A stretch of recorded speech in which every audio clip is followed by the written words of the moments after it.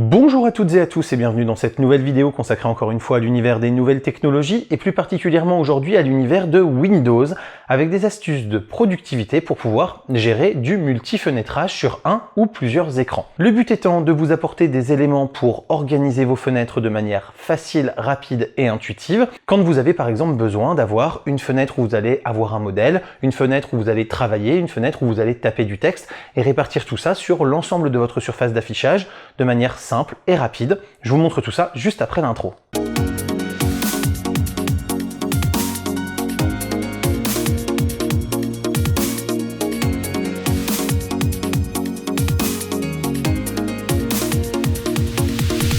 On va d'abord commencer en regardant ce qu'il se passe avec deux écrans et la possibilité de répartir les fenêtres assez facilement. Si on prend la fenêtre qui est là sur l'écran de gauche et qu'on la plaque complètement à gauche, donc vous allez prendre votre clic en fait et vous allez aller le maintenir sur la gauche.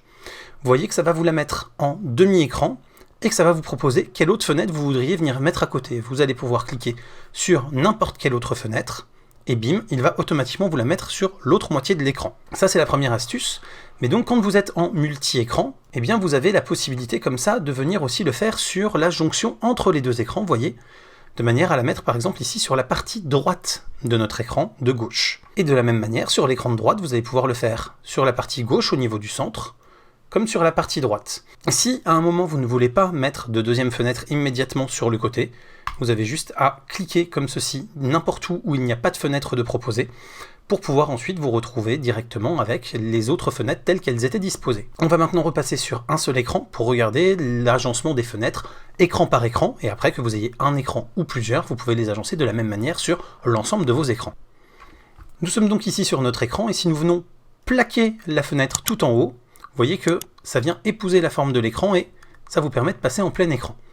L'avantage de cette méthode, c'est que dès que vous allez reprendre la fenêtre pour la reglisser ailleurs comme ceci, elle va reprendre sa taille d'origine. C'est-à-dire que si sa taille d'origine, ça avait été une visualisation comme ça, si à un moment j'ai besoin d'un plein écran, bim, je le mets en plein écran. Dès que je la retire, elle revient à sa précédente valeur et à sa précédente taille. Ensuite, si je la plaque en haut à gauche, elle va occuper un quart comme ceci, et donc je peux le faire en haut à droite. Je peux aussi le faire en bas à gauche, ou en bas à droite. Ce qui fait que si j'ai 4 fenêtres différentes à répartir, c'est extrêmement rapide de venir les répartir de manière à diviser mon écran en 4 sans aucun souci. Et si à un moment j'ai besoin plus que de 2 fenêtres sans fermer les deux autres, je prends par exemple celle-ci, je viens la plaquer à gauche, je prends celle-ci, je viens la plaquer à droite, et hop, j'ai repartagé mon écran en 2. Ça c'est la première méthode assez pratique qui va vous permettre comme ça d'organiser vos fenêtres, en sachant que vous avez aussi par exemple la possibilité, une fois que vous êtes en 2 screens comme ça, de pouvoir très facilement répartir la largeur de chaque fenêtre, ce qui fait que si vous en avez une qui a moins besoin de place que l'autre, vous pouvez comme ça très facilement venir la mettre sur une petite colonne. Ça peut être par exemple si vous avez un chat que vous voulez pouvoir voir assez en hauteur sur l'écran, et que vous voulez ensuite avoir ici un panneau de contrôle de votre diffusion en streaming par exemple, donc ça peut être intéressant. Vous allez pouvoir ensuite comme ça facilement redimensionner la fenêtre.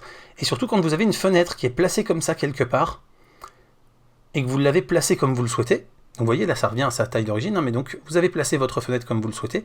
Si vous voulez qu'elle occupe toute la hauteur de l'écran, vous avez juste à prendre le haut de la fenêtre ou le bas, et à venir le coller contre le haut ou le bas. Et là vous voyez automatiquement, quand vous relâchez votre clic, ça va vous la remettre sur toute la hauteur, et dès que vous allez la reprendre comme ceci, ça va vous la replacer comme elle était au niveau de la partie qui avait été allongée. Et donc si on le fait vers le bas, c'est pareil, ça la ramène vers le haut, et ça vous la ramène comme ça. Ensuite, vous avez des raccourcis clavier qui vont s'utiliser avec la touche Windows plus une flèche. Si vous faites par exemple Windows plus gauche, ça vous la met sur la gauche. Et donc vous voyez là, ça vous la met sur la gauche à la colonne pour l'adapter à la fenêtre existante, mais si je n'ai pas d'autre fenêtre, et que je me remets ici, vous voyez que là, ça va me la mettre sur la moitié, et ça va automatiquement me proposer d'autres fenêtres. Ensuite, si je fais Windows bas, vous voyez que là, ça va me la passer en quart de fenêtre. Si je fais Windows droite, à partir de là, ça me la bouge.